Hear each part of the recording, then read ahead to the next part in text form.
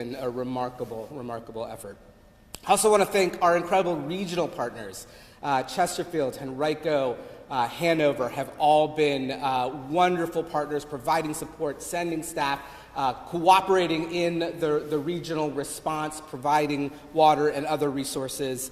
And I want to thank our partners in state government and at Dominion. Both of them have reached out, have been incredibly helpful in again, providing water resources, helping address some IT issues, providing some thought leadership and thought partnership. And most importantly, I just want to say thank you to the people of Richmond for your patience during this time. I know this is a really challenging time to figure out how to operate without water, but I ask for your continued patience. Things are looking good for today, and we will continue to work tirelessly to make sure that we have restored full service to the people of the city. As we wait for the boiled water advisory to lift, my team is focused on meeting the needs of our residents by continuing to staff sheltering operations and also delivering water to our most vulnerable populations at the Justice Center, our healthcare systems, senior living facilities, and so many more. I want to thank the Department of Human Services, the Sheriff's Office, the Red Cross for helping coordinate all of that, along with now the Central Incident Management Team. We have pulled together formally the Incident Management Team for better coordination among the region. I want to encourage everybody to continue to go to rva.gov for updates, and we will continue to engage with the media to make sure the message gets out. Questions? Mr. Mayor, I was going to say that we're getting reports that water is now out in eastern Henrico, potentially the airport as well. Assuming even if this timeline sticks that you're saying with two pumps, how much worse could this get in terms of the spread of the outages? Yeah, you know, now that we are actively filling as of this morning, it should not get worse unless we have another setback, right? Now that we're actively filling, if people are conserving, and the filling will hopefully keep up with the usage, so we should see that reservoir fill back up and that pressure will be restored. Again, it's going to take 4 to 6 hours of filling before that happens. You said 48 hours. Do you mean 48 hours when you, I guess, like first made that statement yesterday, or 48 hours? Yeah, and to be clear, this is around the boiled water advisory. Remember, our protocol for the boiled water advisory starts when we have restored pressure to the system. So, if everything continues to go well, we will see restoration of pressure this afternoon. We will do our initial sampling, and if those sampling are negative, we then do a follow-up sample 16 hours after that. 2 negative samples allow us to lift the boil water advisory. So potentially it's 48 hours from 7. I think if all goes well and if we have good negative samples this afternoon, it should be less than that. But yeah, more like 48 hours from yesterday is what I intended. Mr. Mayor, tell us why, why did it take the city so long to relay this message to residents ahead of this freeze that we're looking at? Ahead of the freeze? Well, it didn't give people a lot of time to get what they needed ahead of that water going. Yeah, so, you know, as the events unfolded yesterday, we thought that based on the way that the water reservoir was moving, we thought we had until about 6 p.m., and so we wanted to give folks a couple of hours if we indeed were going to need to provide a boiled water advisory. We weren't sure that was going to need to be the case, right? We really were trying to get things up and running yesterday so that we could avoid the boil water advisory altogether. But by late afternoon, we realized that the reservoir was dropping faster and consumption was increasing, and so we knew we had to get a boil water advisory out. We also had to coordinate with a lot of different partners, right? Certainly the region, but a lot of other folks. And so that's ultimately why the message came out at around 4 p.m. yesterday. Sorry that it didn't, we weren't able to provide a little more buffer. But, you know, the concern there is really, is there risk to the humans who did consume that water? And I would say very low risk, because in most parts of the city, pressure was maintained. If pressure did drop off and people continue to water, there may be some low risk there, but it is a very, very low risk, and hopefully people got the message. We were very diligent about trying to get that message out there as many media as possible. Mr. Mayor, I understand that you mentioned there was a power outage that caused some of the problems. What took so long in terms of a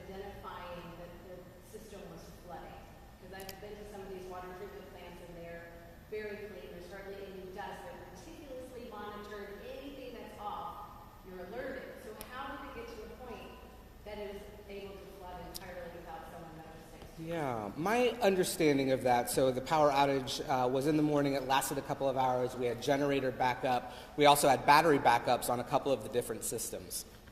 On one of the systems, the battery backup didn't last as long as it needed to, and so that's what actually led to the shock to the IT system that is kind of the brains of the whole water operation. On the other side, we actually had a failure of one of our redundant systems that led to valves opening up and then putting water into some of the clear wells, some of the collecting wells. And so over the course of the morning, that's when that water level started to rise. And so our folks were in there, they were setting up pumps, they were trying to pump that water out.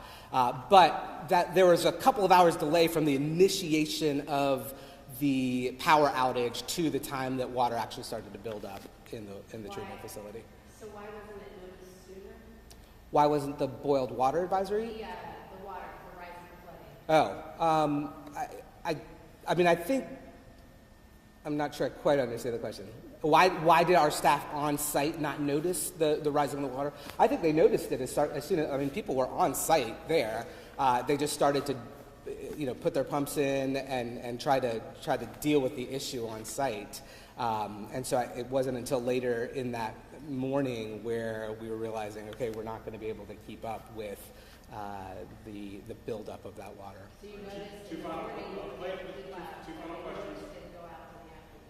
That's right. I mean, I think, again, we were hopeful that we would have enough water in the reservoir to get us through later in the evening, and so we thought we had a longer window than ultimately we did to be able to address the situation. Because obviously, being able to maintain pressure and not issue the boiled water advisory was what we were trying to do, right? We were trying to really address the issue before it became a potential risk. You mentioned shelters. Sir, last two questions. The word component is used a lot yesterday. Can you talk specifically about what components failed and how exactly they failed? Yeah, components. I don't know that I can. I mean, I will tell you there's sort of two issues at hand. One is the shock to the IT platform that maintains the entire water operation, right? When our battery backup expired, that basically created a hard reset of the system. When the system tried to come back up online when power was restored, so power was restored in a little over 2 hours, it was not able to connect with the servers to be able to get back online and do its work. So it wasn't until about midnight last night. I mean, we brought our consultants came in from Virginia Beach. We had folks on site starting yesterday afternoon, and it took hours to finally get it up and running. I was there at the site. It was a big win when that happened right about midnight. On the other side, it was the rising of the water level in those wells. That you had all this electronic equipment sitting in water, and so fuses were shorted. We had to first drain the water, pull panels off, dry all of those electrical components, and that's part of what led to some of the stops and starts over the course of the night. Right, we would start a pump, and then a fuse would go out, and then we'd be back to square one. And so it was an iterative process with damage across a lot of different components. Thank you. You said you were at the water treatment facility overnight with crews, and I'm curious, what exactly were you doing overnight? And when you say crews of people, how many people are you talking? Yeah, there was somewhere on the order of about 20 folks who were at the water treatment facility.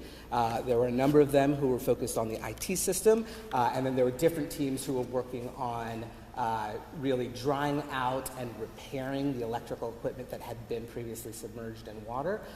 We had the operators who were really taking the big look at the system and trying to make sure, and part of that was also, like a diagnostic process. Where are the issues, and what are the different ways we can try to restore water into the water treatment plant? And so there was just a bunch of different attempts to use pumps from one side to pump to another, to open valves, to try to do things manually because we didn't know if the IT system would work. So that was the work that had been happening over the 8 hours that I spent overnight with the team.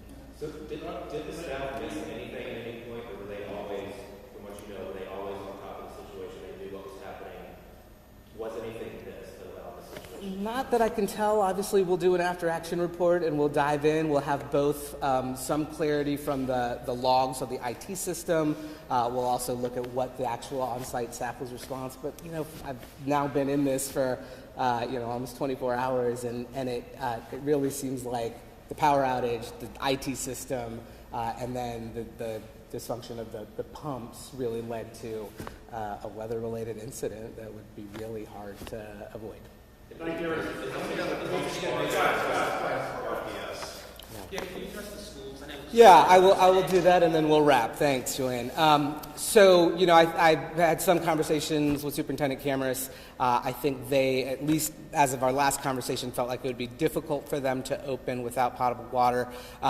We'll continue to see how that unfolds. If there are other ways for them to provide water, because we'll have restoration of service hopefully at some point this afternoon, but the schools will ultimately have to make a decision whether the restoration of pressure is enough, or if the water is still undrinkable, can they bring enough outside resources to be able to open up schools, or do we need to give it another day?